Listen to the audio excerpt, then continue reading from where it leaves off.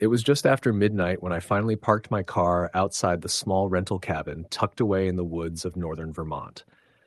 The drive had been long, the rain relentless, and the highway had been nearly empty, except for the occasional semi that roared past with its high beams cutting through the downpour.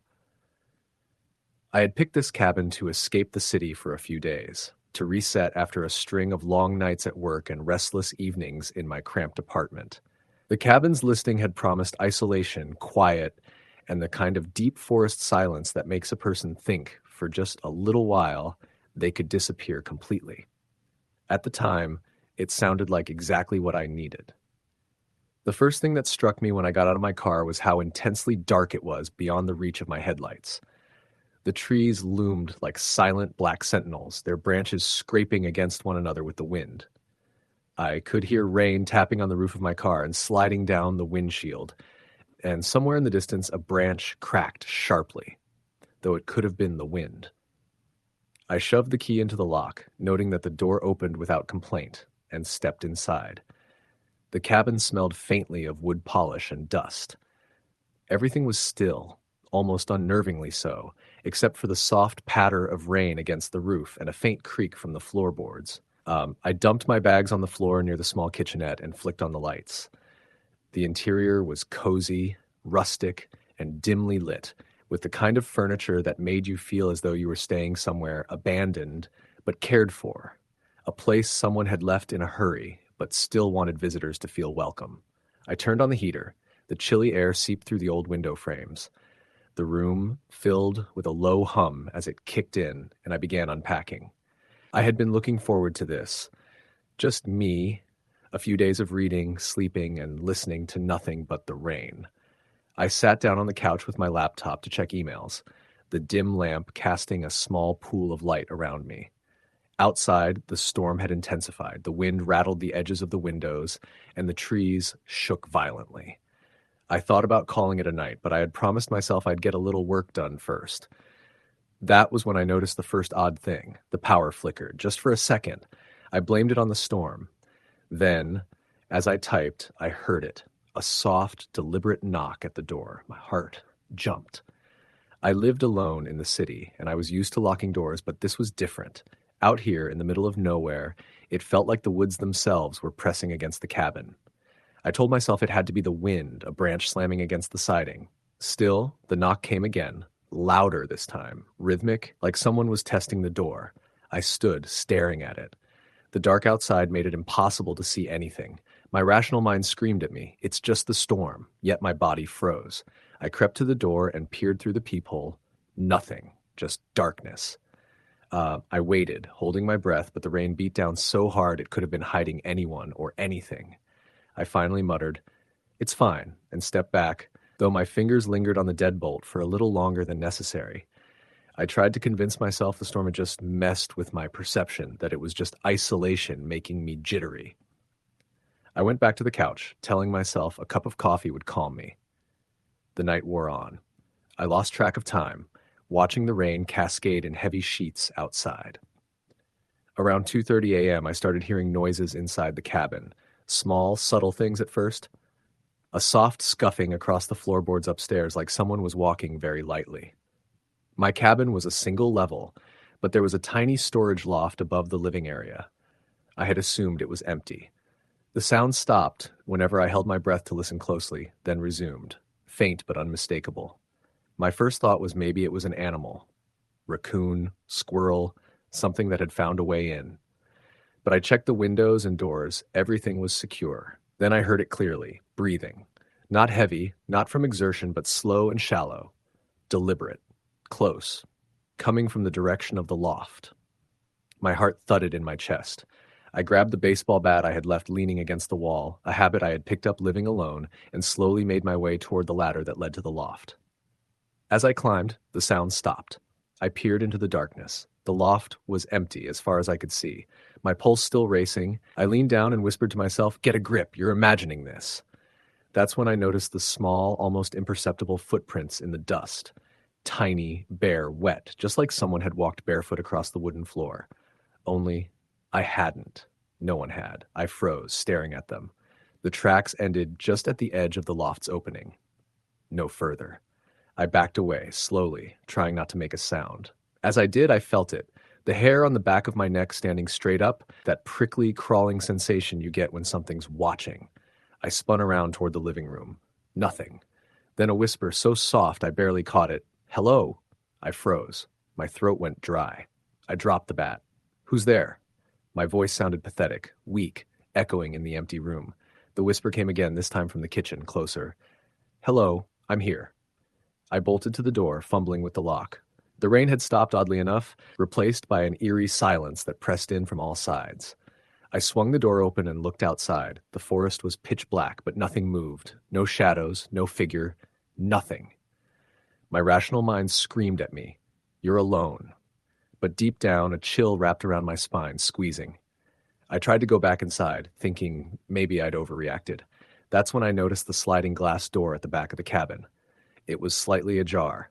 I hadn't left it open. My stomach dropped. I slammed it shut and bolted it, then rushed to check every window and door, all secure, every bolt and lock engaged. Nothing else could have been in here. But I just knew, someone had been. I spent the rest of the night in the living room, lights on, bat clutched tightly, my laptop abandoned. I didn't sleep.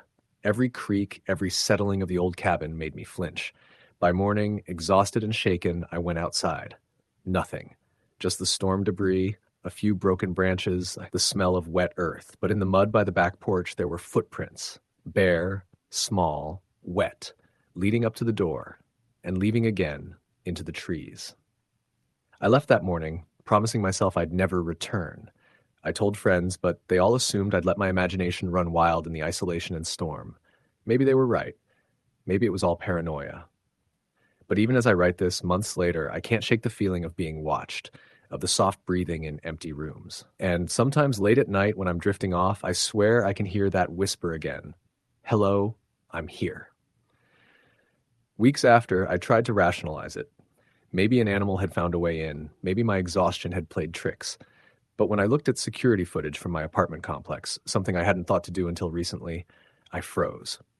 There, in the reflection of the lobby camera, was a small, shadowy figure, standing just at the edge of the frame, barefoot, watching. It didn't move when anyone else walked by, just waited.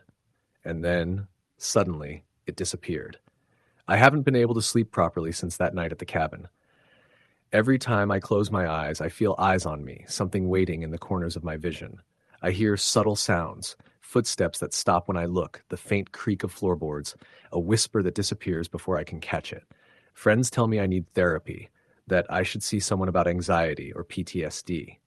Maybe they're right, but even when I try to convince myself it's all in my head, I catch glimpses. Shadows in my peripheral vision, tiny wet footprints on my porch after a storm, the feeling of someone standing just behind me when the room is empty. I moved again recently, farther away from the city, to another small house surrounded by trees. I thought maybe I could escape it. But last week, I came home to find the front door unlocked. Nothing was stolen, nothing disturbed. I checked every corner of the house, empty. The floors were clean, no footprints. But on the kitchen counter in the morning light was a small wet handprint. Bare, tiny. I've installed cameras now, multiple layers of locks, motion sensors, alarms, but it doesn't matter. I feel it every night. In the bedroom, in the hallway, just outside the bathroom door. Waiting, listening, breathing, and the whisper never really stopped. Some nights it comes through the vents, some nights it seems to rise from the floorboards themselves. Always soft, always deliberate. "Hello, I'm here." I've tried to convince myself it's something I did, something I imagined after the cabin. But I know better now. It follows, and I'm certain it always will.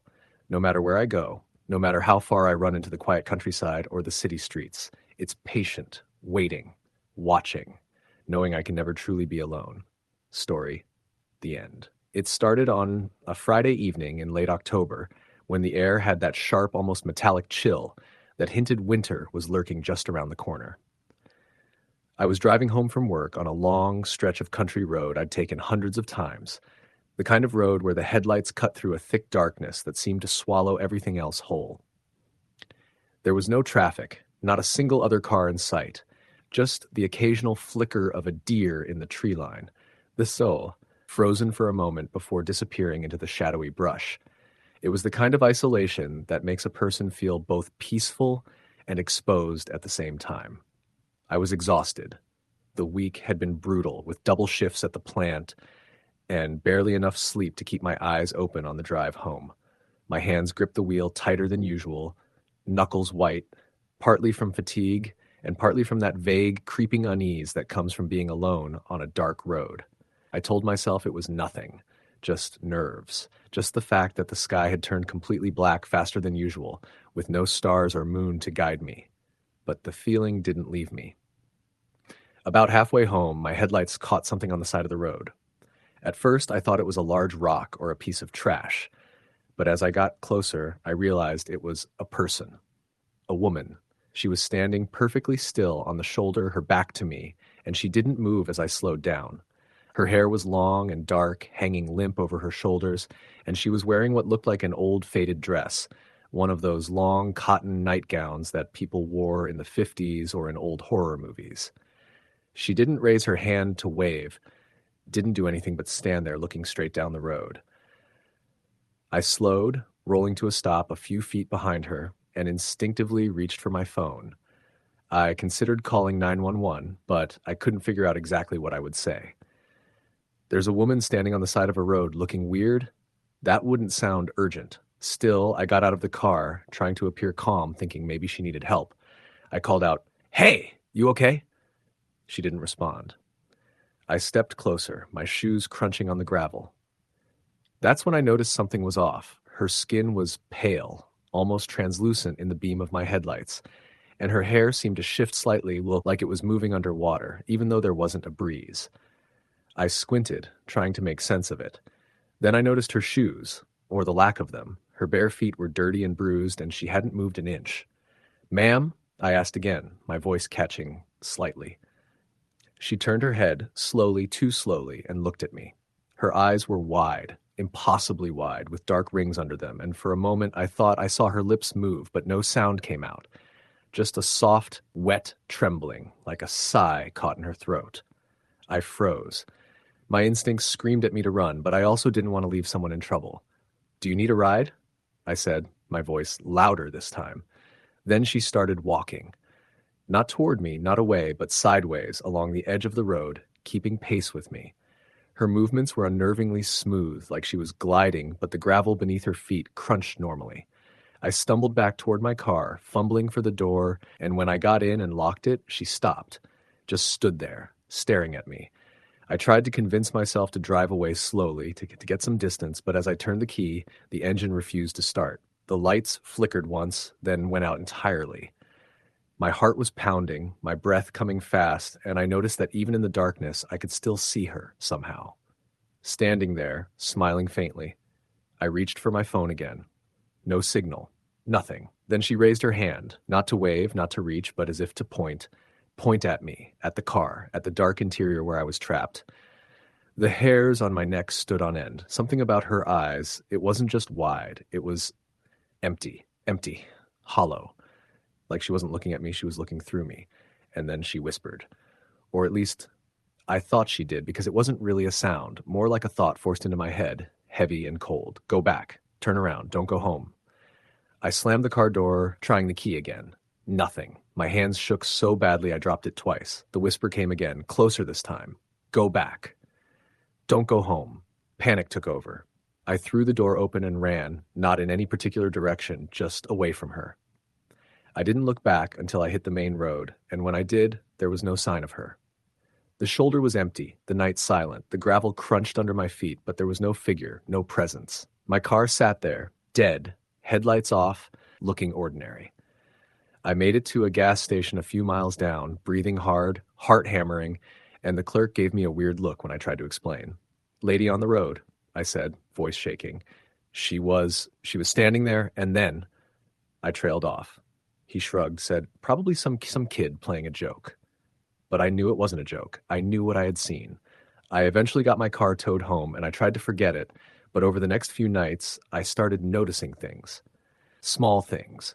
The sound of footsteps on the porch when I lived alone, a shadow in the corner of my room that disappeared whenever I looked directly at it. At first, I chalked it up to stress, to sleep deprivation. But then I started seeing her again in the peripheral of my vision, standing at the end of the hallway, sitting in the passenger seat of my parked car, standing by the mailbox, always just there, never moving, always watching. One night, around 2 a.m., I woke to a noise outside my window. At first, I thought it was the wind, but then I heard a soft knock. 3 knocks, spaced evenly, deliberate.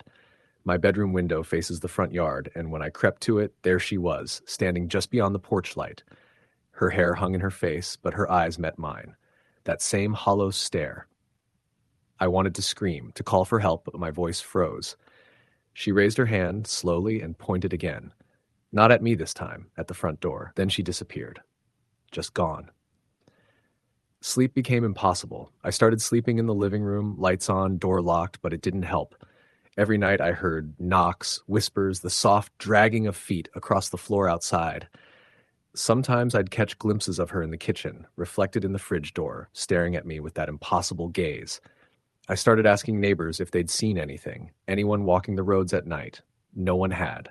One neighbor, an older man who had lived there for decades, warned me about the road I lived on. That stretch, he said, voice low, people see things, things that shouldn't be there. Don't go out after dark. I asked what he meant. He shook his head. Stories.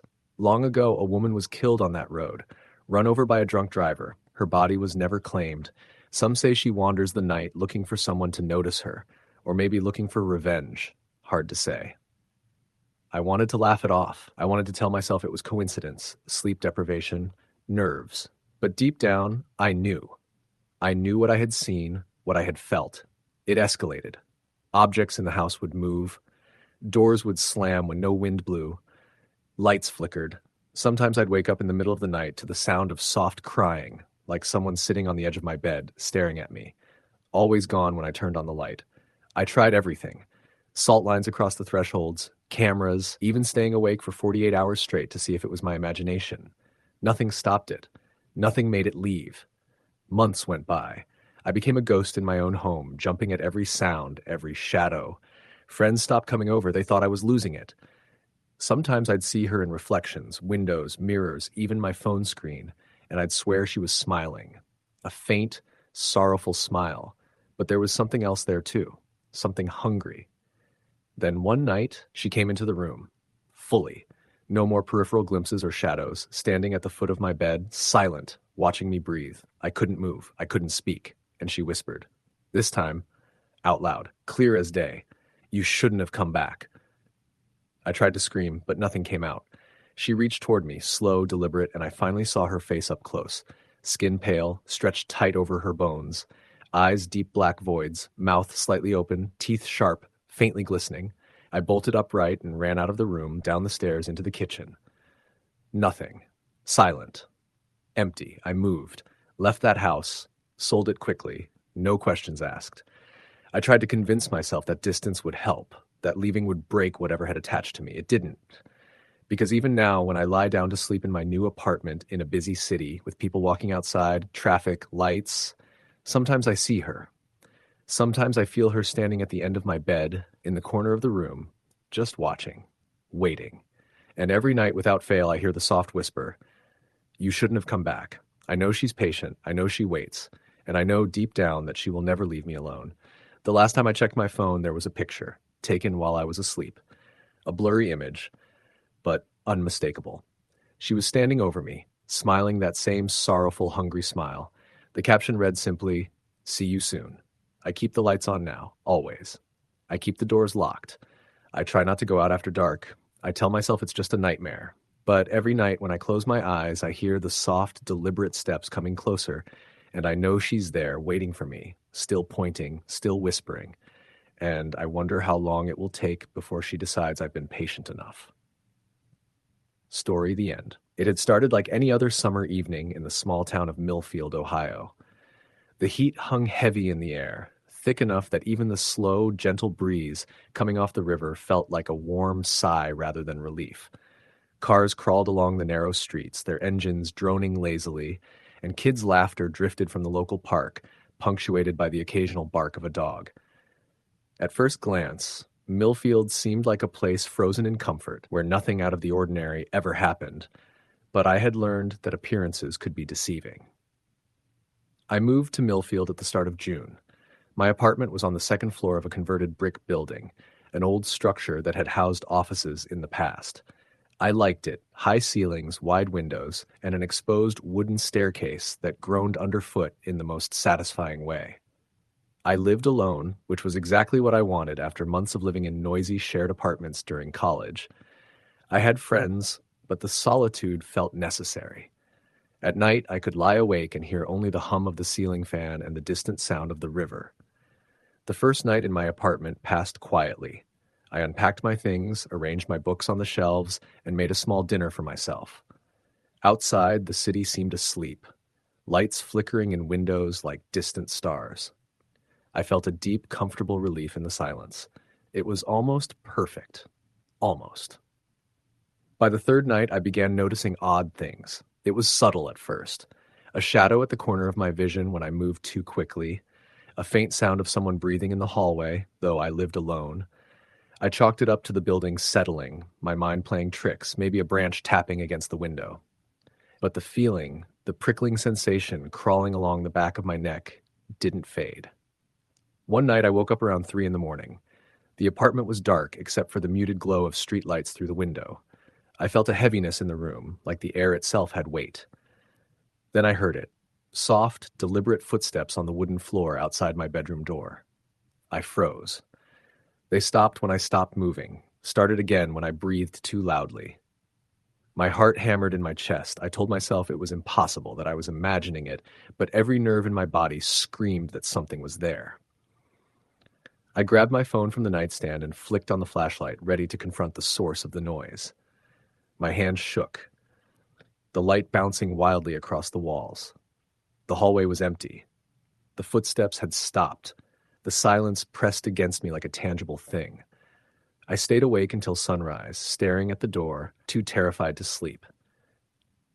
After that, the incidents became more frequent. Objects would shift slightly when I wasn't looking. I'd leave my keys on the counter, only to find them on the floor the next morning, inches from where I had originally placed them. Doors that I was certain I had locked at night were found unlocked, though I had no memory of opening them. The air seemed colder in certain parts of the apartment, even when the heat was on. I tried to rationalize everything: mice, drafts, memory lapses. But then came the whispers. At first, I thought it was the television. I would hear soft murmurs, words I couldn't quite make out, drifting through the apartment. But my TV was off. I turned the volume up to check, thinking maybe the neighbors were playing music too loudly. Nothing.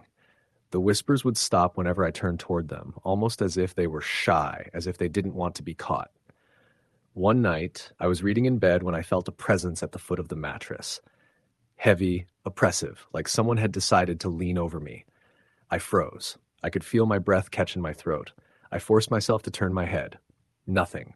The room was empty, but the air still felt thick, like water I couldn't see through. I tried to scream, but no sound came out. The feeling lingered until dawn, leaving me drained, hollowed out, my body vibrating with a fear I couldn't explain. Eventually, I confided in a coworker, Hannah, who lived nearby. She laughed it off at first, told me old buildings creaked, that I was letting my imagination run wild.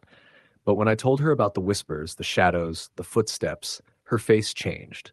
There was something in her expression, a flicker of recognition, almost fear, that made me pause. "You need to leave," she said quietly. "Whatever's in that apartment isn't normal. People have moved out before, for good reasons." I didn't want to believe her. I had just moved in. It was mine. But her words planted a seed of doubt.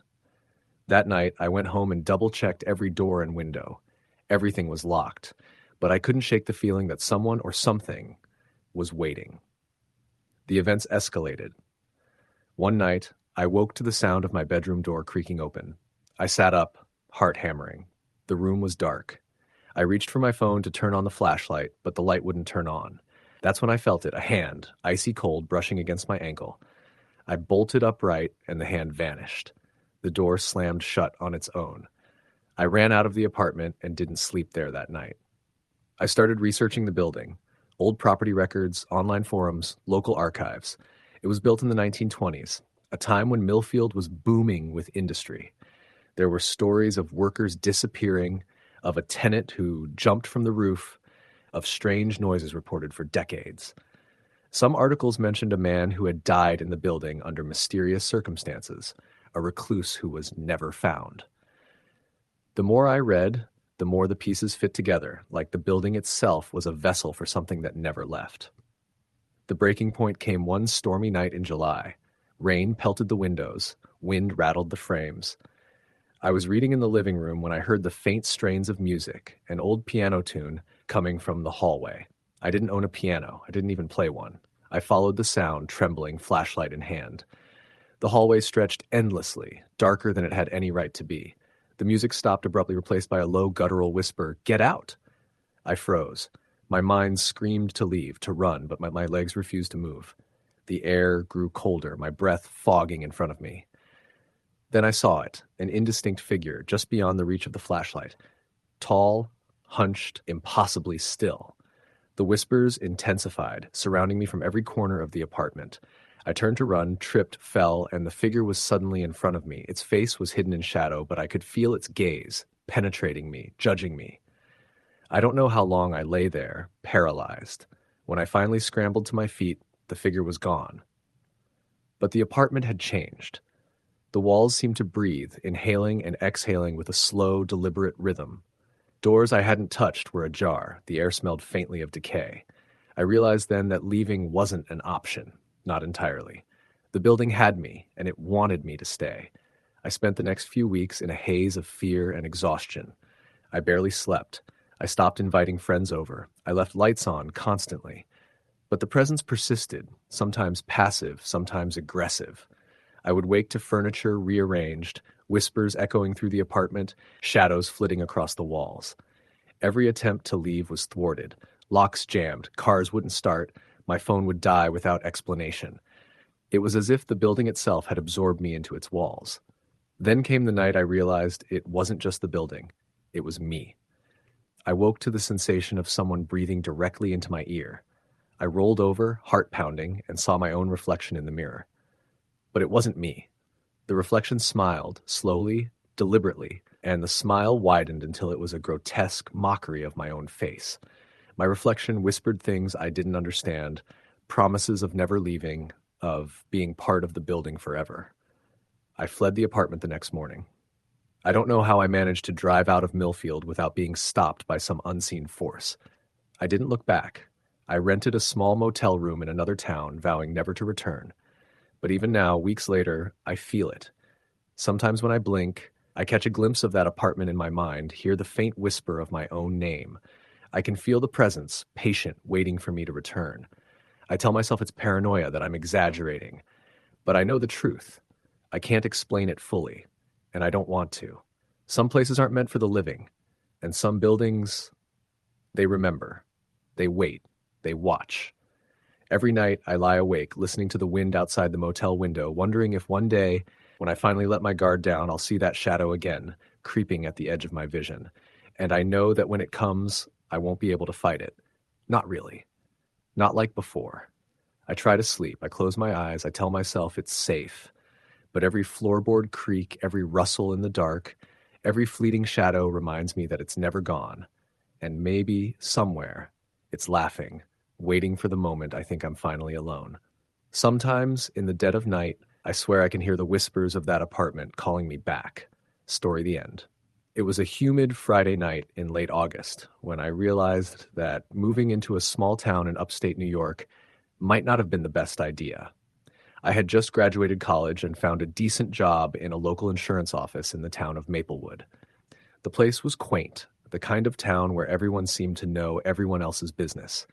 It had an old, almost frozen-in-time feel, with narrow streets lined by towering oaks and maples, their leaves just beginning to turn gold and crimson.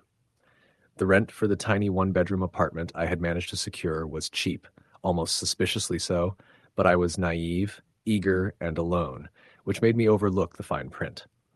The apartment was on the second floor of an old Victorian building that had once been a boarding house. It creaked in the most unnerving ways, especially at night when the wind picked up. There was no elevator, just a narrow staircase that wound around a tight corner, and the walls were thin enough that I could hear the neighbors arguing through their shared walls. The first night I moved in, I set my alarm for work, unpacked just the essentials, and tried to sleep despite the persistent creaking and distant hum of the town settling in for the night. It was around 2 a.m. when I first heard it. At first, I thought it was the wind or some pipes settling, a faint scratching like fingernails on wood coming from somewhere below me. I froze in my bed, my heart ticking faster, straining to locate the source. The noise stopped after a few seconds, and I chalked it up to an old building's quirks. I drifted back to sleep reluctantly, the sounds still echoing faintly in my mind. The next morning, over coffee at the corner diner, I mentioned the noise to the waitress, a cheerful woman in her 50s named Marcy. She smiled and said, "Ah, that old place? It's been around forever. You'll get used to the creaks. Sometimes people say they hear things, but it's just the building breathing. Nothing to worry about." Her tone was casual, but I noticed a slight hesitation in her eyes, a flicker of something unspoken. I ignored it, attributing it to my overactive imagination. For the next week, my routine was the same: work, dinner, late-night emails, and bed. But the noises grew more distinct. One night, I was in the kitchen making tea when I heard it again. This time, it wasn't below me. It was behind me. A slow, deliberate scraping sound, like something being dragged across the floor. I spun around. The apartment was empty. I laughed nervously at myself, muttering about stress and caffeine. I told myself it was probably just the heating pipes, even though I could feel my chest tightening. It escalated over the following days. Doors that I was certain I had locked were found slightly ajar. My keys disappeared from the counter and reappeared in strange places. One night, while brushing my teeth, I felt a sharp, cold draft sweep through the room despite the windows being shut. Then came the whispers. Always faint, always just on the edge of hearing. I could never make out the words, but the tone was unmistakable. Soft, deliberate, and unnerving, like someone was speaking directly to me, but from nowhere at all. I tried to tell myself it was stress. After all, moving into a new town alone, starting a new job, trying to make friends, it could make anyone's nerves fray. But the feeling of being watched was impossible to ignore. It started in my bedroom, a constant sense of eyes on me, lingering when I was in the shower, sitting in my chair reading, even when I went to the corner store. I began sleeping with a small flashlight by my bed, and I kept my apartment door locked at all times, though it did little to ease the tension. Then came the night that truly broke me. I had stayed late at work, finishing a report. When I arrived back at the apartment, it was silent, eerily so. I flicked on the lights, and everything seemed normal. I set my bag down and went to make a cup of tea, trying to shake off the tension. And then I heard it. A deliberate, slow step on the staircase outside my apartment. My pulse spiked. I grabbed my phone, debating whether to call the police, but the staircase was narrow and winding. Whoever or whatever was there could easily hide around the corner. I told myself it was probably a neighbor, maybe coming back late from a bar. But the problem was, the scraping steps weren't moving past my door. They stopped. Just stopped. I froze. The hair on my neck stood up. Then came a soft knock. 3 knocks, spaced perfectly. Not impatient, not hurried, deliberate. I told myself to breathe. It's probably someone lost, or maybe they live here, I whispered to myself. But deep down, I knew no one else was supposed to be in the building at that hour. I glanced at the door. The chain lock was secure. I was frozen, heart pounding, listening as the faint whispers began again, now almost inside my apartment, impossible to ignore. The voice was muffled but distinct, repeating my name in a low, drawn-out whisper. "Osh." I don't know why I did it, but I opened the door just a crack. The hallway was empty. Nothing. I shone my flashlight down the stairwell. Empty. My mind raced. Maybe the building really was old and haunted by some residual energy, I thought, trying to rationalize. But rationalizing did nothing to calm the ice in my veins. Sleep became impossible. Each night, the noises grew bolder. Footsteps pacing, whispers echoing, scratching at the walls. I began noticing small, subtle things. My shoes moved slightly when I left the room. The apartment door would sometimes be unlocked when I was certain I had locked it. Faint fingerprints on mirrors where I hadn't touched. One night, I woke to a shadow moving across my room. I convinced myself it was just a trick of the light from the street lamp outside. But the shadow paused, stretched unnaturally, and then receded into the corner. I started taking photos with my phone at night. At first, nothing appeared. Then one morning, I scrolled through the images from the night before and saw a figure standing at the edge of my bed. Just a silhouette, but unmistakably human. I hadn't felt it there, hadn't heard it move. But there it was, black against the dim glow of my nightlight, perfectly still. I went to Marcy at the diner, desperate for answers. She looked uneasy when I described what was happening. "You're not the first to mention this building," she admitted softly. "There have been incidents. People moving in, people leaving suddenly, some never coming back. Most just leave and don't speak of it. The landlord never talks about it. The building's old. Some say the previous owner dabbled in things he shouldn't have, but be careful, okay?" Her words did nothing to calm me. If anything, they made me feel trapped, cornered, like I was living in a cage that no one else could see. I tried to research the building's history, digging through old newspapers and town records. I found mentions of previous tenants, some missing for days, others leaving abruptly, always with no explanation. One name stood out. A woman who had lived in the apartment I was in back in the 1980s, who disappeared one night. Her name was never mentioned again, and the building's ownership changed hands quietly shortly after.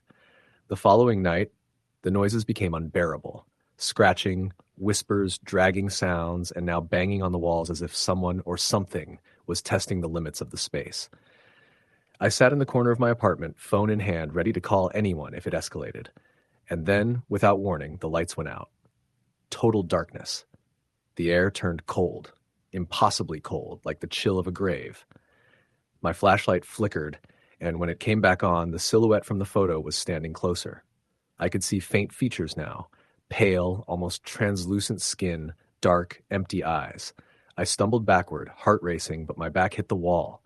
The figure didn't move, didn't blink, didn't breathe. It just watched me. I screamed and ran out the apartment, down the stairs 2 at a time, into the street. The cool night air hit my face, and I could hear the figure following, footsteps echoing behind me. I ran to my car, fumbling with the keys, and sped away. I didn't stop until I reached my parents' house 2 hours away. I couldn't explain what had happened, and they couldn't understand why I was so terrified of an apartment. I didn't go back for weeks. When I finally returned, the building looked normal from the outside, ordinary even. I avoided the apartment I had lived in, speaking only to Marcy about it. She told me the landlord had rented it out again, and the pattern continued. I couldn't explain what I saw, what I felt, or what followed me. Months later, I moved again, far from Maplewood.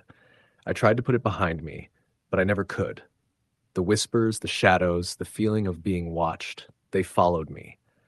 Always faint, always just on the edge of perception. Even now, when I'm alone in a new apartment, I feel it sometimes. A cold brush of air, a shadow lingering too long in the corner of my vision, a whisper of my name. I've never told anyone the full story. Most wouldn't believe me. I doubt I would have believed it myself if it hadn't happened. But I know what I felt, what I saw. Some things exist where logic cannot reach, and some places, like that apartment, have a memory of fear that cannot be erased. And every so often I catch myself staring at the corner of a room, half expecting the shadow to be there, waiting. Because I know without a doubt that whatever was in that apartment didn't stay there. It followed me. And maybe it's still following you too. Story the end. The wind was heavy that night, pressing against the windows like it wanted in. I was alone in my apartment. The kind of place that looked perfectly normal during the day, but seemed to shrink and twist at night. Shadows crawling along the walls and corners that felt sharper than they should. It had been a long week, and I was exhausted, crawling into bed earlier than usual. My phone lay on the nightstand, charging, notifications silenced, but somehow I still felt restless, like I wasn't alone. Around midnight, I was woken by a faint scratching sound. It wasn't loud, but in the silence of the apartment, it was enough to make my stomach tighten. At first, I thought it was the pipes or maybe the wind rattling something outside, but then it came again, clearer this time, right at the bedroom door. My eyes shot open. The door was closed. I told myself it was a dream, or maybe I had imagined it, but my heart refused to calm. I lay there, listening. Then I heard it again, a low, dragging sound, like someone or something was moving along the floor just beyond my bedroom. I couldn't bring myself to move, didn't want to draw attention. My hands trembled on the sheets, my breath shallow. The sound stopped, and I began to convince myself it was nothing, that I had just been startled by a shadow or the wind. Then the whisper came. It was soft, almost like the air itself was speaking, and it said my name. Sarah. I froze. My name isn't Sarah. I live alone, and no one else should have been in the apartment. The whisper came again, this time closer, almost right beside the bed. I dared a glance toward the floor, the dim light from the street outside filtering through the blinds. Nothing. My heart hammered. I wanted to scream, but no sound came out. I told myself I needed to move, to turn on the lamp, anything to break the spell of fear holding me in place. I slowly reached out and flicked the switch. The lamp clicked on, bathing the room in harsh yellow light. The apartment looked normal, just as it always did. My bed, my dresser, the window, nothing out of place, and yet the feeling of being watched remained. Heavy, suffocating. The next day I didn't tell anyone what happened. Who would believe me? My friends would think I was losing it, that the stress of work and living alone had finally caught up. I went through my day pretending everything was fine. Wait, but I kept looking over my shoulder, every shadow making my skin prickle. That night, the scratching returned. This time I was prepared. I kept the lamp on and I clutched a baseball bat from the closet. I waited. Hours passed, the sound of the wind outside louder than usual. Then, around 2 a.m, the whisper came again, soft and deliberate. Sarah. I swung the bat blindly toward the source, my hands shaking. Nothing. I told myself to calm down, to breathe, but it was impossible. The apartment felt smaller, corners darker. Then I saw it. Across the room, a shadow detached itself from the wall, moving like water, folding and stretching in ways that didn't make sense. It had no distinct shape, but it was aware of me, watching. I screamed, but the sound caught in my throat. The figure seemed to pulse as if feeding on my fear. Then it moved faster than I could process, vanishing under the bed. I grabbed the bat and crouched, forcing myself to peer underneath. Nothing. Sleep became impossible after that. I didn't dare close my eyes, and even during the day, I felt the presence lingering. Shadows seemed to shift toward me, the wind carrying whispers that weren't my imagination. My apartment became a cage, every room a trap, every corner hiding eyes I couldn't see. Weeks passed like this. I didn't tell anyone. I didn't want to go crazy in front of someone who might dismiss me and who might make me feel weaker. I tried to convince myself it was a sleep disorder, that I was hallucinating from exhaustion, but deep down, I knew it wasn't. I had felt it too clearly, seen it in the dim light, heard it too distinctly in the silence. One night, around 3 a.m, I finally broke. I grabbed my phone and dialed 911, voice trembling as I explained that someone or something was in my apartment. The dispatcher was calm, professional, but I could tell she thought I was exaggerating. She sent officers anyway. When they arrived, I showed them everything. The apartment, the scratches along the baseboards, the marks on the walls, even the vent above the bed that seemed to hum with a low vibration. They checked every inch. Nothing. No forced entry, no evidence. Probably just stress, one said kindly. Try to get some sleep. I wanted to scream. I wanted to show them the shadow that had been crouched in the corner just last night, waiting, patient. But it had vanished as I called for help, leaving me in the quiet, empty apartment, shaking and hollow.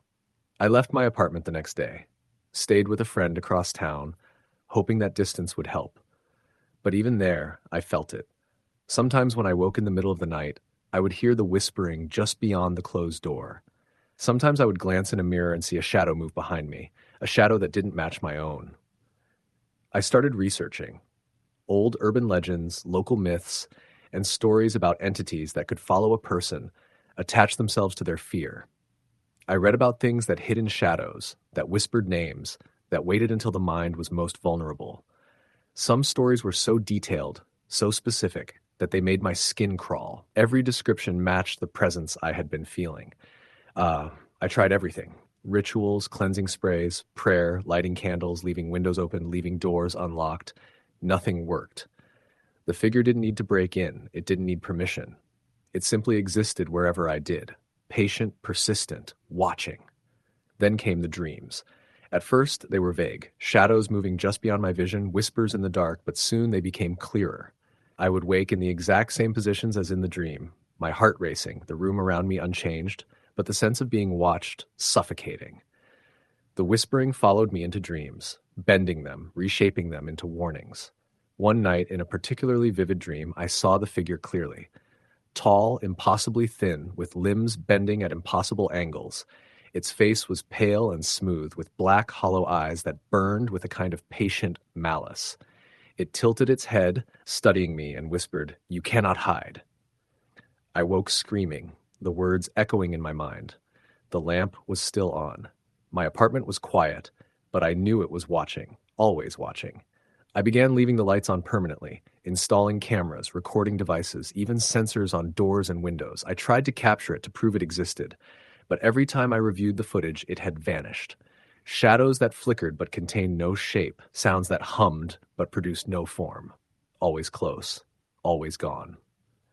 Eventually, I moved again, farther away into a more remote part of the country, hoping that isolation would help. But it didn't.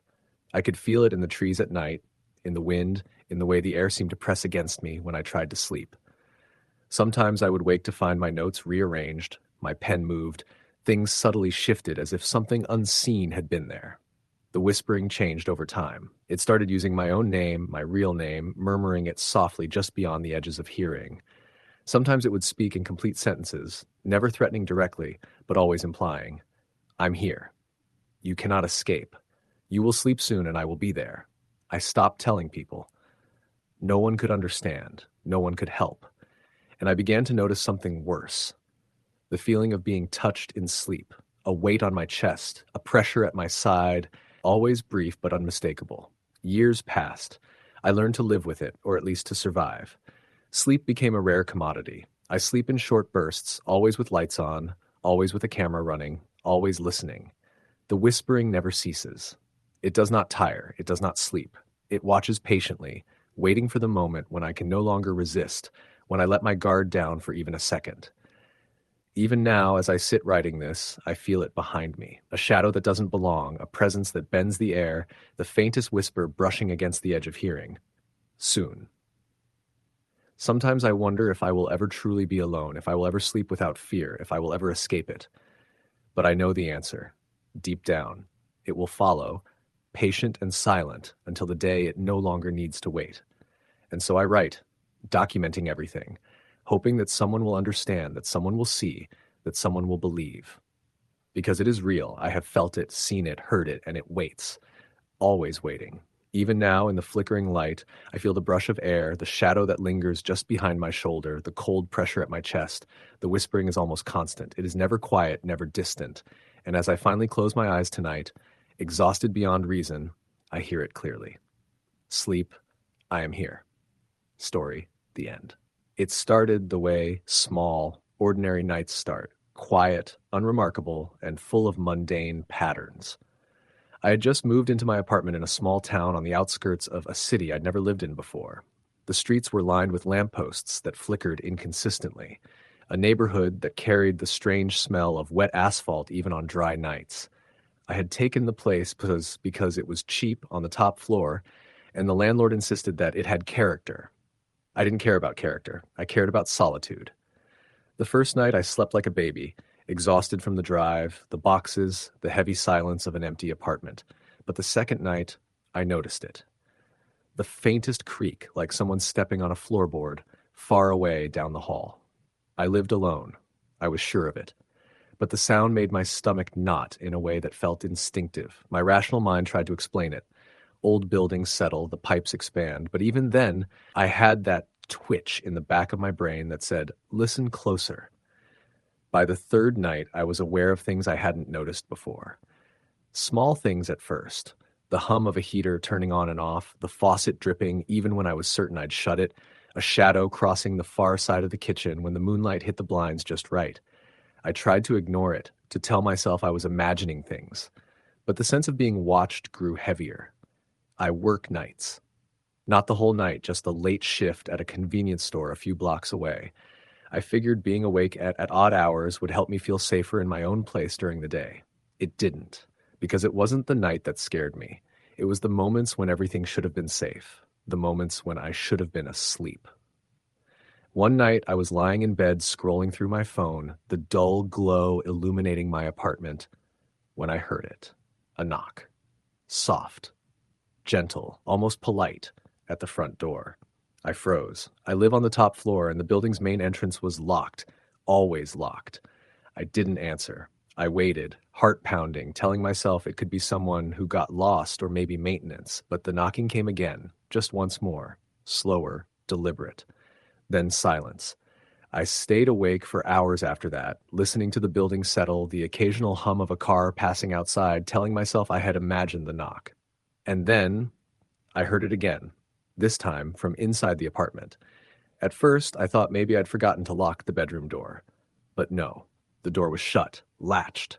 The knock came from the kitchen. I grabbed my baseball bat, my last shred of bravado, and crept toward it. My heart was hammering so hard I thought it might knock me off my feet. The kitchen was empty. I checked every corner, the cupboards, the pantry, nothing. The cold air of fear pressed against me, making it hard to breathe.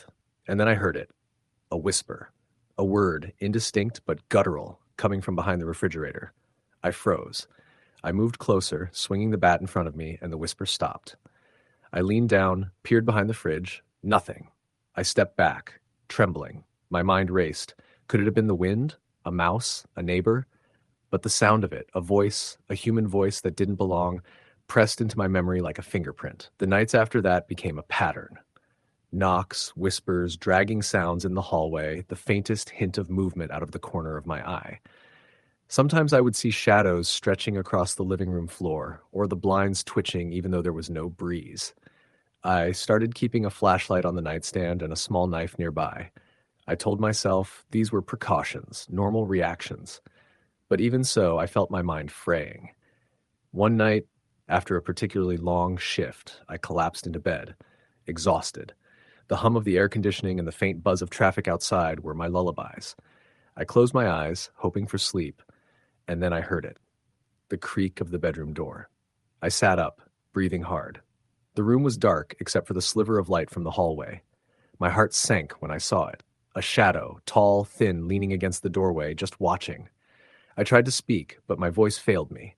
It didn't move. It didn't come closer. It simply leaned there, observing, and the sense of being seen, truly seen, chilled me to the bone. Then it moved, but not toward me, across the room, toward the window. I followed it with my eyes, and it stopped, as if aware I was watching. Then it vanished, just like that. I spent the next day in a daze, my thoughts scattered.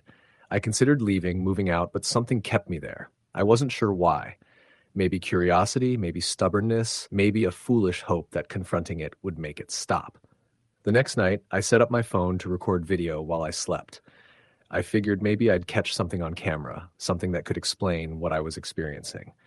I left the flashlight on low and tried to sleep, knowing it was futile. And I wasn't disappointed. Around 2:45 a.m., my phone recorded a figure moving across the room. At first, I thought it might be me, sleepwalking, but then I saw the way it paused at the edge of the bed, the way its head tilted as if listening to me breathe. Its form was indistinct, a blur of darkness, taller than any human should be, limbs long and oddly bent. And then it leaned closer. I could see it almost, the faintest glimmer of eyes catching the dim light. I woke screaming, the bat clattering to the floor. The room was empty. The window was closed. The air was still. But the feeling of eyes, of awareness, never left me. I stopped going to sleep in my bedroom. For weeks, I slept on the couch, lights on, doors locked, the shades drawn tight. But it found ways to creep in, whispers through the vents, footsteps across the floor, things brushing against my arm when I was sure no one was there. I started noticing things missing, small items at first, a pen, a book, a pair of socks, then more personal things, my jacket, my keys, always returned eventually, but never where I left them. The feeling grew stronger, more invasive, as if the apartment itself had become a living entity, watching, learning, toying with me. I stopped calling friends. I stopped inviting anyone over. I stopped leaving the apartment for anything other than work or essentials. And even then, I felt it waiting when I returned, crouched in the corners of my vision, waiting until I relaxed, until I let my guard down. One night, desperate, I tried something different. I left all the lights off. I sat in the darkness, eyes wide open, willing myself to see it if it came. I waited hours. Nothing. Relief flooded me. Maybe it had left. Maybe I had finally broken the pattern. I lay down on the couch, heart still racing, and drifted into a shallow, uneasy sleep. I woke to a cold hand on my shoulder. I bolted upright. No one. The apartment was silent. My eyes darted across the room. The shadows had shifted. I could feel it, closer than ever, as if it had learned to wait for the right moment. I scrambled to the kitchen, grabbed a knife, and ran to the front door. Locked. I didn't need to check. The building's main entrance was still secure. The thing was inside. I spent the next night moving from room to room, never staying in one place long enough to close my eyes. By morning, I was shaking, exhausted, eyes red and sore. I realized then that it wasn't about fear anymore. It was about endurance. It was a test. A slow, methodical invasion of my sanity. I considered leaving, but I couldn't. Not yet. There was a pull, a need to understand it, to see what it wanted. Maybe I was foolish. Maybe I was already too far gone. The nights bled together. I stopped keeping track of time. The whispers became more distinct, almost words now, guttural, fractured, phrases I couldn't quite make sense of. Objects moved with intention. Shadows lingered longer, pressed against me, even when the lights were on. One night, I woke to the sound of my own voice calling out my name. At first, I thought I had slept-talked, but then I realized the sound was coming from the hallway, low, distant, almost taunting. I grabbed the flashlight, heart hammering, and followed it. The hallway stretched in impossible ways, longer than it should have been. The door at the end, my bedroom door, was open, and inside the darkness seemed to pulse. I didn't enter. I couldn't. I stood frozen, staring, and the voice repeated my name, closer this time, more deliberate, more human, and then it stopped. Silence. The apartment was empty when I finally gathered the courage to check, but I knew it hadn't left. It never leaves. Even now, as I write this, I hear the faintest creak of the floor behind me, a whisper brushing against the edge of my consciousness.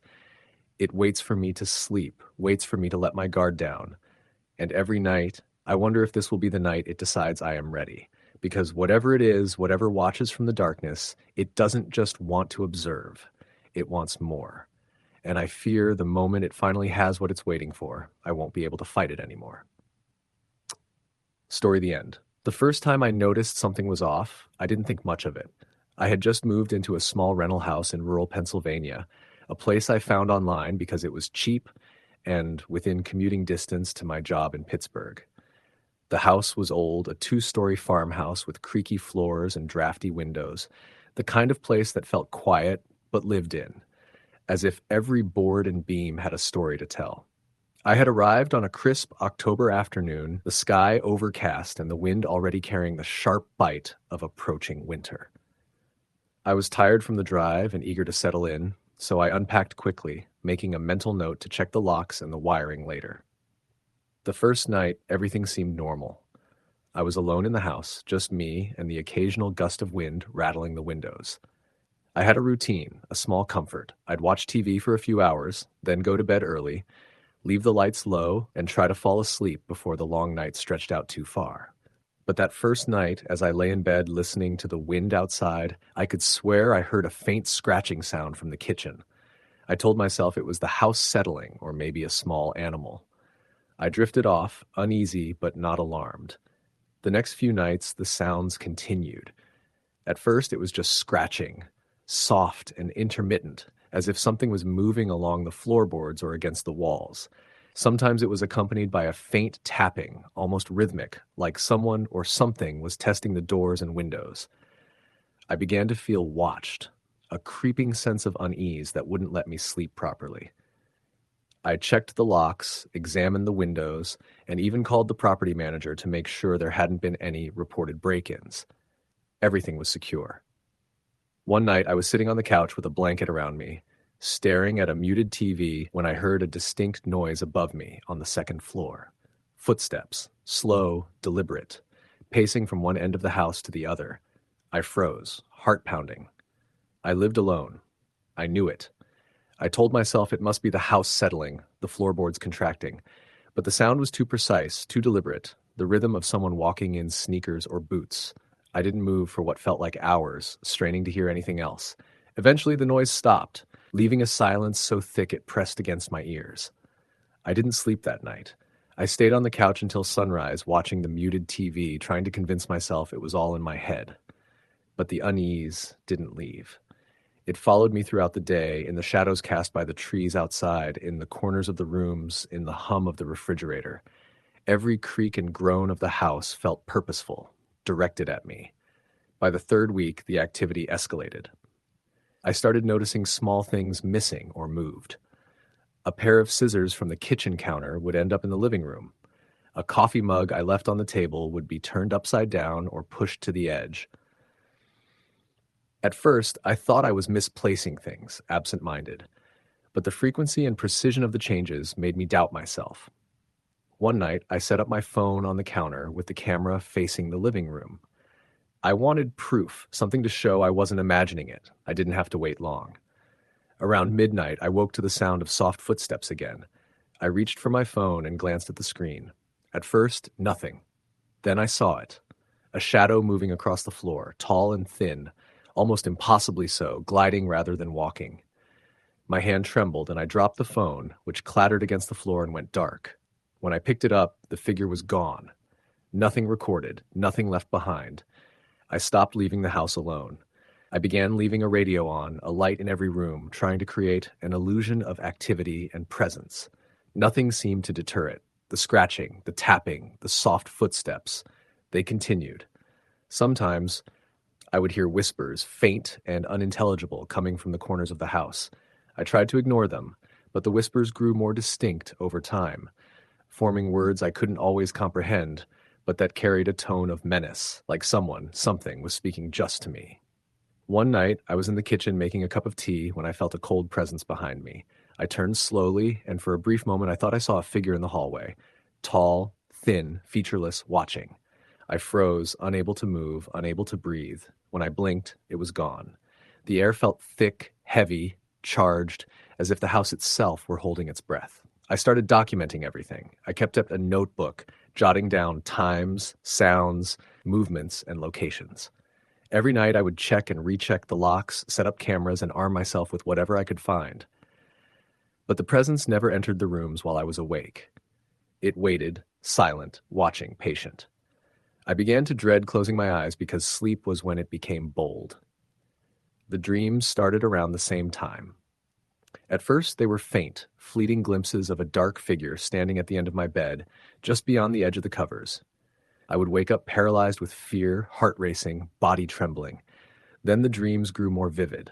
I would see the figure walking through my house, moving with unnatural speed and silence, appearing and disappearing at will. Sometimes it would whisper my name. I never understood what it wanted. I just knew it was waiting for something, and every night I felt the walls closing in a little more. One night I woke to the sound of heavy breathing in my bedroom. I wasn't dreaming. My heart leapt, and I reached for the knife I kept by the bed. The air was icy, colder than the autumn night should have allowed. I turned on the bedside lamp, but the room was empty. The window was closed, the door locked. The breathing stopped as suddenly as it began. I lay there, shaking, listening to the silence, every muscle in my body tense. Days blurred together after that. I stopped keeping track of time. Work became unbearable. I would nod off at my desk, haunted by shadows and whispers. Friends stopped calling because I never answered. I didn't leave the house except when I had to, and even then I would check the perimeter obsessively, scanning for movement, listening for footsteps. Then came the night I saw it clearly. I had fallen asleep on the couch after another sleepless evening. Around 2 a.m., I woke to a scraping sound from the living room. Slowly, cautiously, I got up and crept toward the kitchen.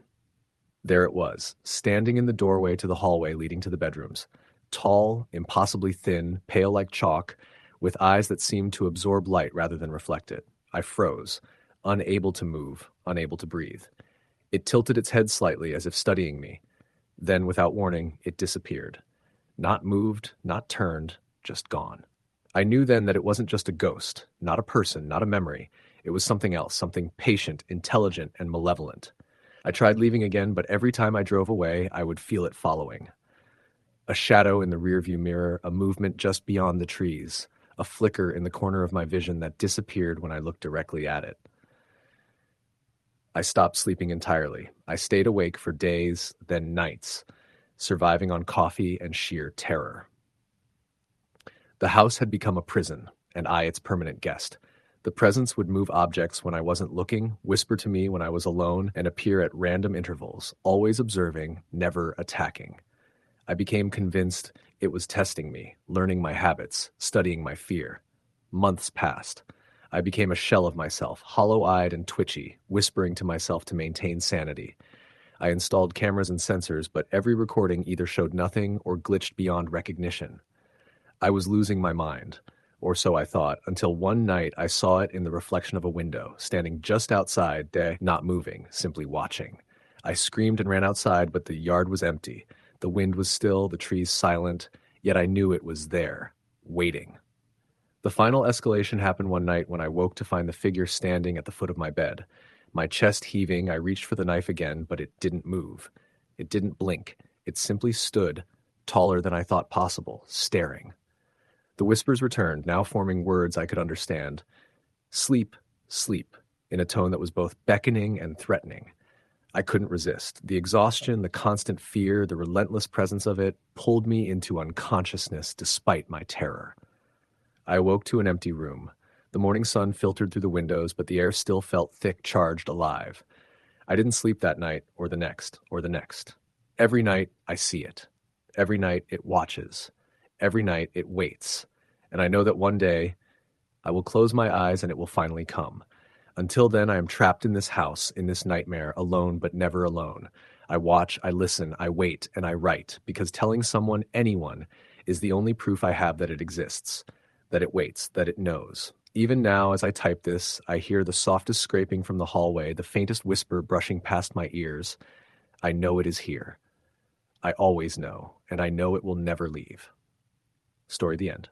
It started the night I moved into the house on Pine Hollow Lane.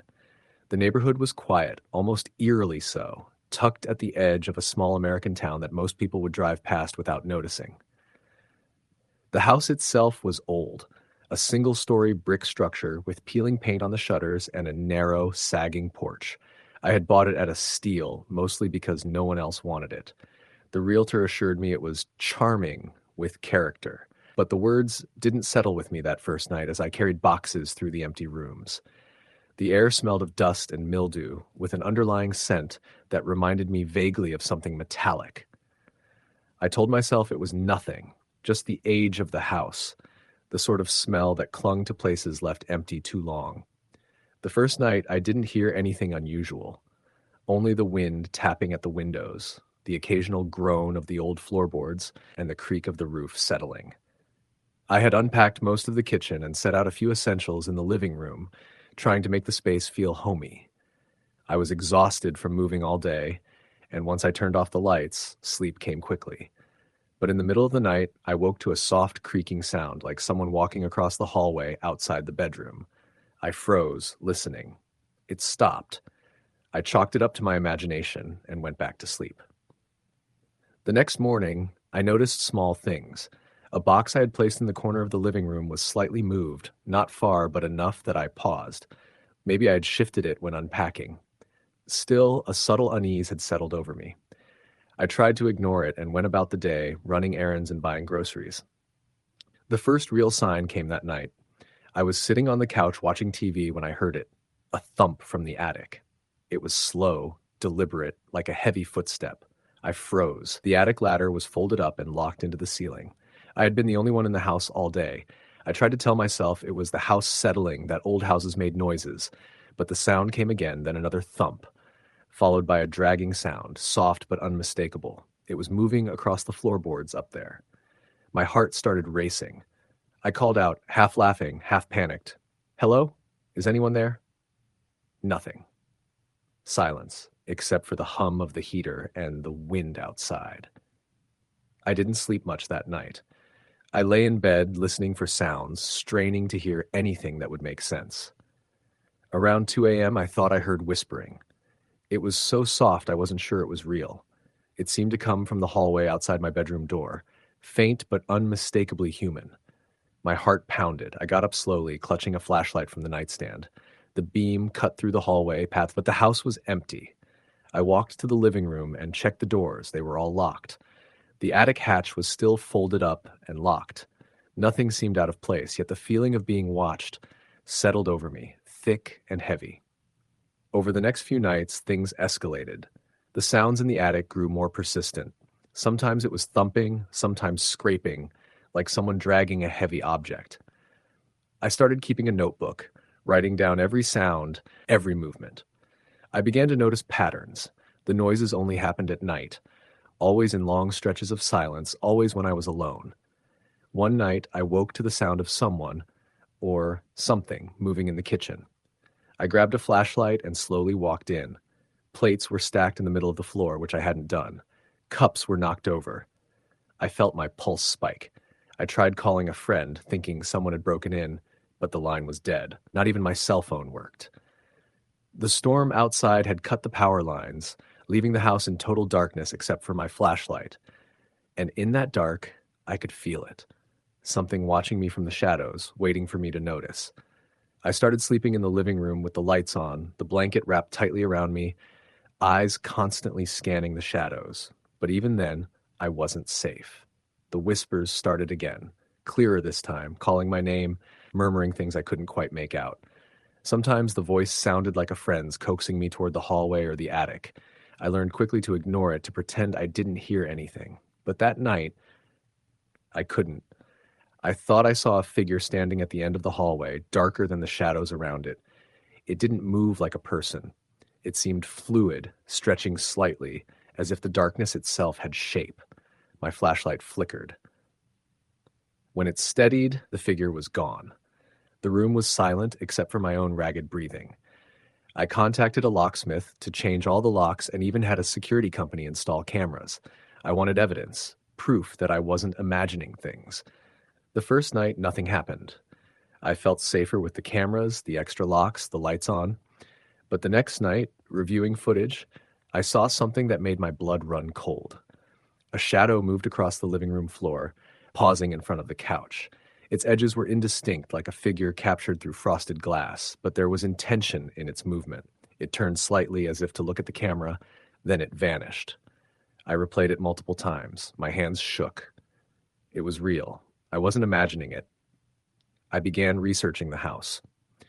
It was built in the 1920s, and previous owners had reported odd occurrences, though none had stayed long enough to witness what I was experiencing.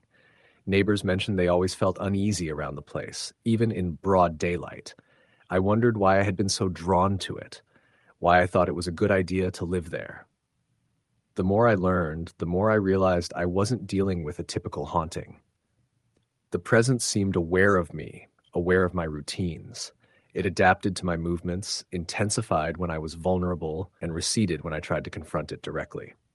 The nights became unbearable. Scratches on the walls, objects shifting, whispers that turned into sentences, calling me to the attic, to the corners of the house. I could feel cold spots that lingered, like icy fingers tracing my skin. My sleep disappeared. I tried leaving, but the house had a hold on me, a psychological grip I couldn't articulate. Even away from the property, I would dream of the shadows, the whispers, the attic stairs that seemed to descend endlessly into darkness. I started sleeping with lights on, television or radio blaring, trying to fill the silence with something familiar, anything that could mask the quiet menace. One night, I awoke to the unmistakable feeling of being pressed down, pinned to my bed. I tried to scream, but my voice caught in my throat. The air felt thick, heavy, impossibly cold. My eyes darted around the room. At the edge of the bed, a figure stood. Tall, elongated, its head tilted unnaturally to the side. Its eyes were black voids staring straight into mine, and its presence radiated a weight, a suffocating pressure. I felt like I couldn't breathe, like the room itself was alive and crushing me. It leaned closer, and I heard it whisper, though the sound wasn't quite human. "You belong here." I fought against it, my body finally moving, and the figure recoiled like it had been struck. When I looked again, it was gone, but the pressure, the cold, lingered, seeping into my skin, into my mind. I left the house that morning, abandoning almost everything. furniture, boxes, even personal belongings. I couldn't take it anymore. I rented a small apartment in another town, thousands of miles away, and tried to convince myself I had escaped. But the presence didn't let go. Even here, I hear the whispers in quiet moments, feel the cold pressure of unseen eyes in the dark, and sometimes I see shadows that move against the logic of light. I know it follows me, not physically, but psychologically, a tether I cannot sever. Every night, as I lie in bed with the lights on, I hear faint thumps from the ceiling above, whispers from empty corners, and the ever-present sensation of being watched. I am never alone. Even now, writing this, I hear it, the soft scrape of nails against wood, the faint hiss of breath that isn't mine. It waits, always waits. And sometimes, when I drift too close to sleep, I hear a whisper curling around my ears. You can't leave. I lie awake, eyes wide, heart racing, listening to the silence that is never silent, knowing that it will return, patient, enduring, and that someday it will claim me completely. Story the end. It started in the middle of October, when the days grew shorter and the wind carried that sharp, hollow chill that seemed to creep under your skin. I had just taken a job at a small veterinary clinic on the outskirts of Cedar Falls, Iowa, and I moved into a rental house just a few blocks from the clinic. The neighborhood was quiet, suburban, with neat lawns and leaf-strewn sidewalks. At first, everything seemed normal. My landlord, an elderly woman named Mrs. Hargrove, gave me a tight smile and handed me the keys, warning me to watch the nights. I laughed it off. I was 29, independent, and not the type to be scared by a few old boards and creaky floors. The house itself was fine structurally. It was a two-story with a small attic, hardwood floors, and a basement. The previous tenant had left in a hurry, so the furniture was minimal. An old couch, a rickety dining table, and a mattress in the back bedroom. I didn't mind. I planned to furnish it gradually. The first few nights were peaceful. I'd come home from work, make dinner, maybe watch TV or read. Sometimes I'd sit by the window with a cup of tea, staring out at the empty street, feeling the comfort of solitude. It started with the little things. The first night I noticed it, I was brushing my teeth in the bathroom. I glanced up at the mirror and thought I saw movement behind me, in the hallway. I turned, but no one was there. I shook my head, thinking maybe it was a trick of the light. The next day I told myself I was imagining it. Moving into a new place always comes with nerves. A few nights later, I was asleep when I woke suddenly, feeling someone watching me. My bedroom door was slightly ajar, though I was certain I'd closed it. I listened. The house was silent, except for the faint hum of the furnace. I got up, walked to the door, and pushed it open. Nothing. I checked the rest of the house. Nothing. The feeling didn't leave me, though. It was there, low in my stomach, crawling along my spine. By the third week, the incidents escalated. It was always subtle, just enough to make me question my sanity. Doors I'd locked would be unlocked in the morning. The lights in the hallway would flicker, sometimes when I wasn't even home. I started noticing shadows in corners, dark, stretching shapes that seemed to move when I wasn't looking directly at them. I stopped sleeping through the night. I'd wake at odd hours, heart racing, hearing whispers I couldn't understand. One evening, around 2 a.m, I heard a thump from the basement. My first instinct was to ignore it, but my cat, Marley, was hissing and arching her back at the basement door. I had never been particularly superstitious, but something about that night made my skin crawl. I grabbed a flashlight and slowly descended the stairs. The air was colder down there, damp and heavy. The basement was empty, but at the far corner I noticed a door I hadn't seen before, small and wooden, embedded in the wall. I had no memory of it. My flashlight flickered as I approached. The door was locked with an old iron latch. I couldn't stop thinking about it. The next day I asked Mrs. Hargrove about the door. She frowned, her lips tightening. "You haven't opened that, have you?" she asked. I shook my head. She sighed, brushing a hand over her face. "That house? It's old. People don't usually stay long. That door, it's better if it stays shut. Things happen when it's opened." I laughed nervously, but the unease didn't leave me. That night, I lay in bed, listening to the house settle. Around midnight, I heard the basement door creak. Not the latch, but the door itself, slowly, ever so slightly. I froze, my heart thudded painfully in my chest. Then I heard it. Scratching, soft, deliberate, moving from beneath the door. Marley growled low in her throat. I tried to tell myself it was a rat or some small animal trapped, but the scratching continued, and it didn't sound frantic. It sounded purposeful. I didn't sleep that night. By morning, the door was still closed, the scratches gone. I told myself I was imagining it, but my cat refused to go near the basement, hissing whenever I came close. A week later, the whispers started.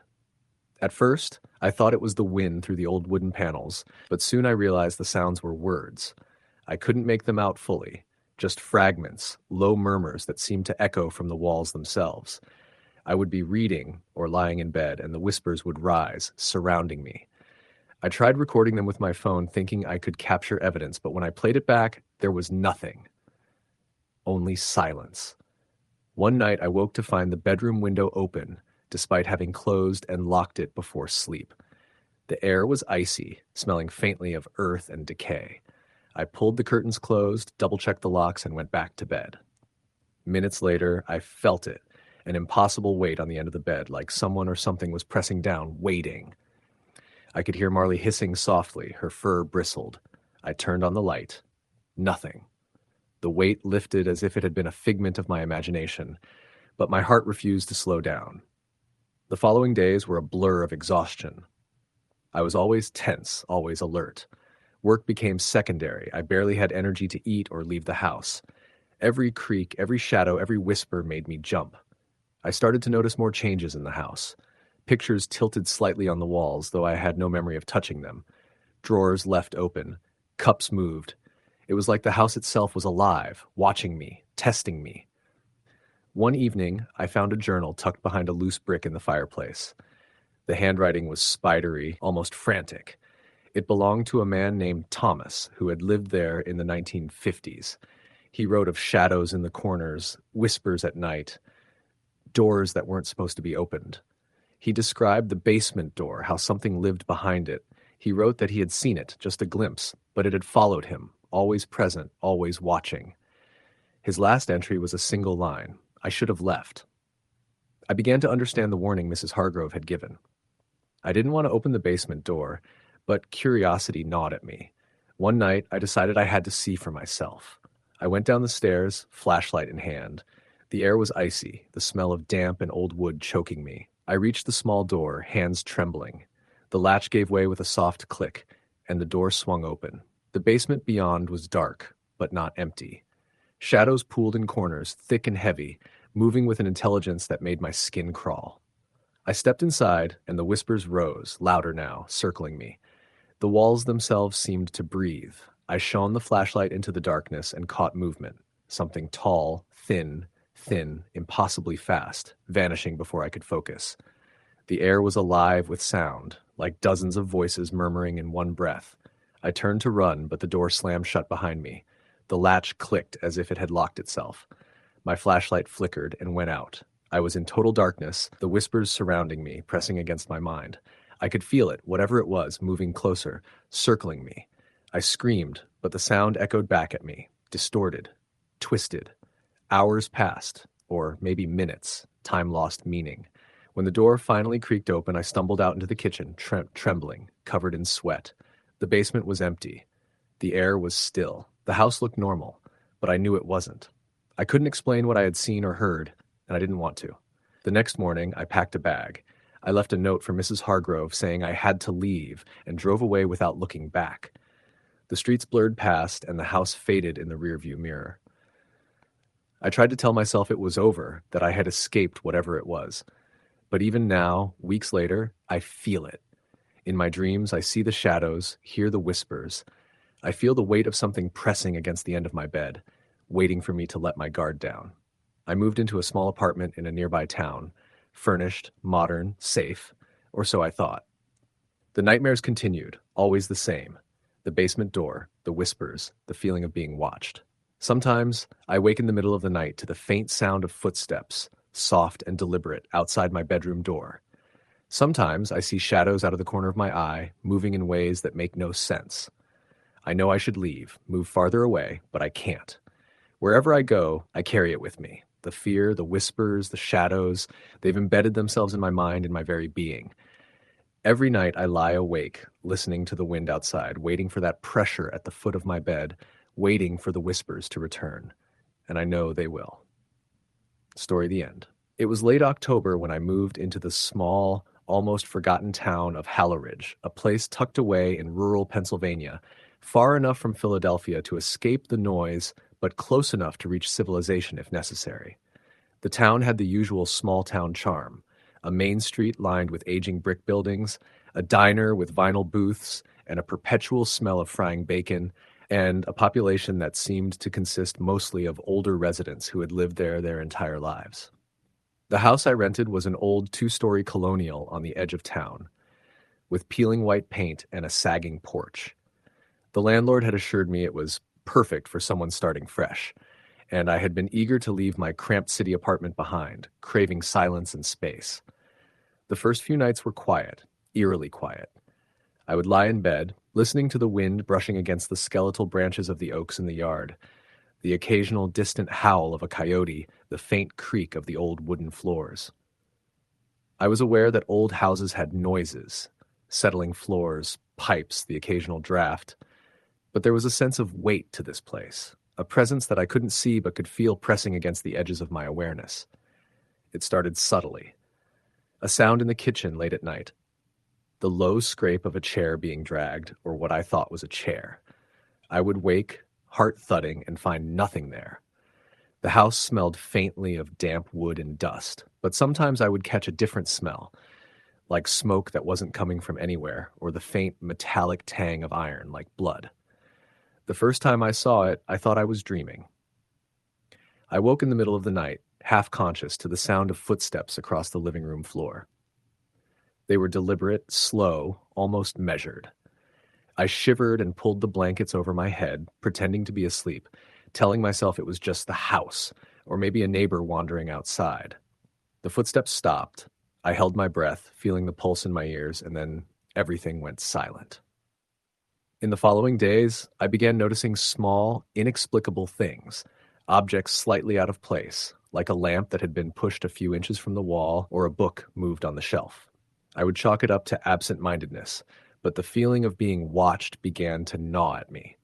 At first, it was subtle, a shadow that moved in the corner of my eye, a flicker in the hallway when I turned my head too quickly, but it became more pronounced over time. I would see movement just at the edge of vision, vanish the moment I looked directly. One night, I woke to the sound of my bedroom door creaking open. I froze, convinced I had locked it, but the chain was broken. A chill swept across my skin, and I heard breathing, slow, measured, deliberate. My heart pounded so violently I thought it might burst.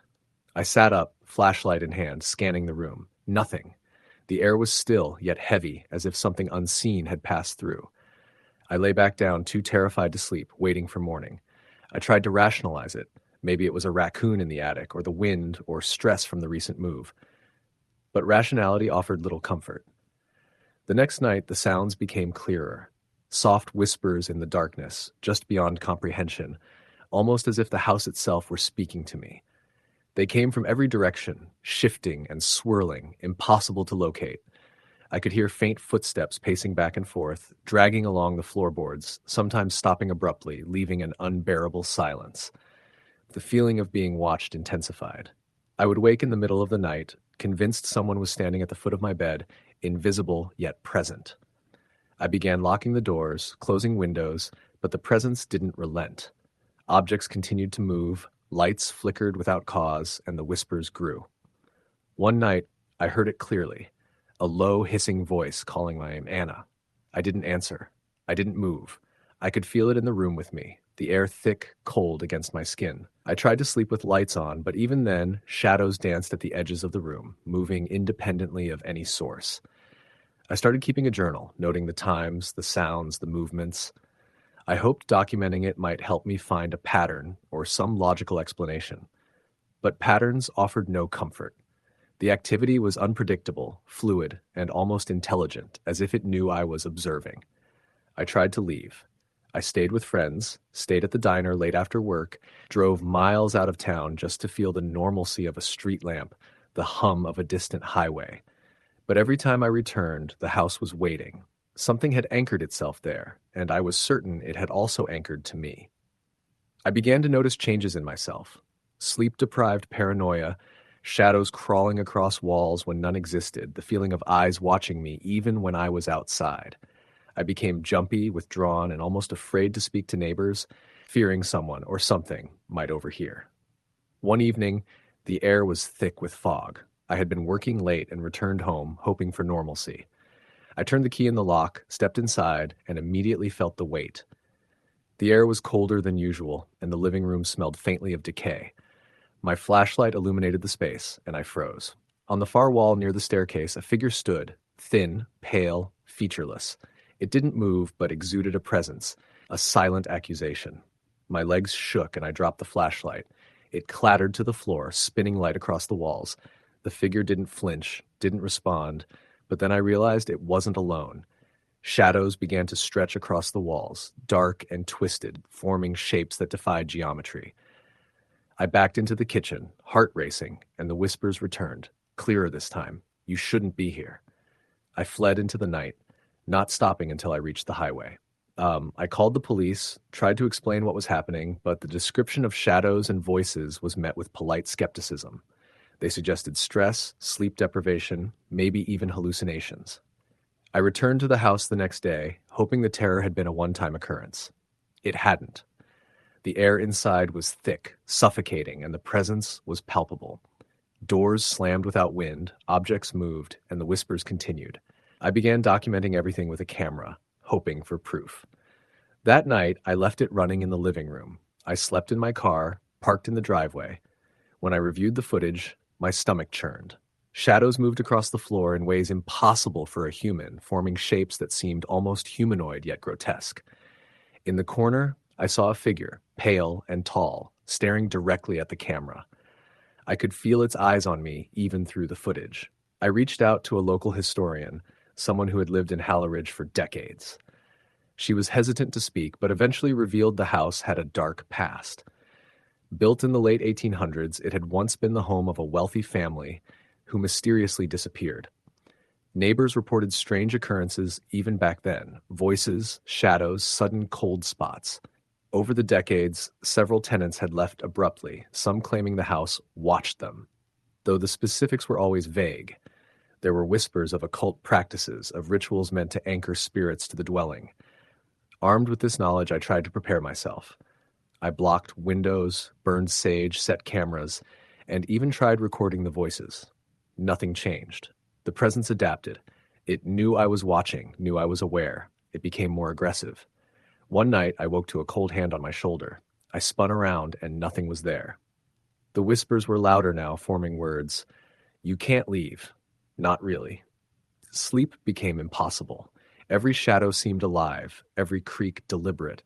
I stopped working, stopped leaving the house, unable to confront the reality that I was trapped in a living nightmare. I tried leaving again, taking only essentials, but when I reached the edge of town, my car wouldn't start. The engine turned over, but nothing happened. I looked up at the house in the distance. A light flickered in the living room, and I felt the weight of unseen eyes. Desperation pushed me to seek help from a local pastor, someone with experience in dealing with entities.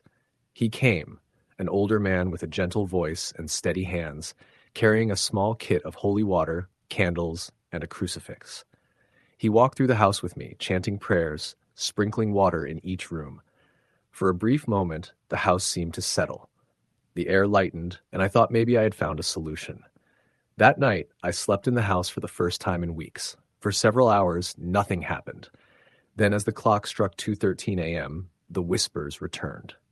The temperature plummeted. I saw the shadows stretch across the walls, forming grotesque faces that twisted in silent screams. And in the living room, the figure appeared again, taller, more defined, staring at me with empty eyes. I screamed, and the walls seemed to pulse with a dark energy. My head hit the floor, and everything went black. I awoke hours later outside, lying in the yard. The house was silent. Morning light filtered through the trees. I ran, never looking back, leaving behind all my belongings. I didn't stop until I reached the nearest city, never returning to Hallow Ridge. I've tried to forget, tried to move on, but the memories are vivid, haunting. The whispers sometimes come in the quiet of my new apartment. Shadows linger just a fraction too long in my peripheral vision. I lock the doors at night, but I know deep down it's not about keeping me safe. It's about watching, waiting. I tell myself it was a house, that it was old and full of creaks and drafts, that my mind played tricks on me. But I know what I felt. I know what I saw. And sometimes in the middle of the night, I hear it, faint but insistent.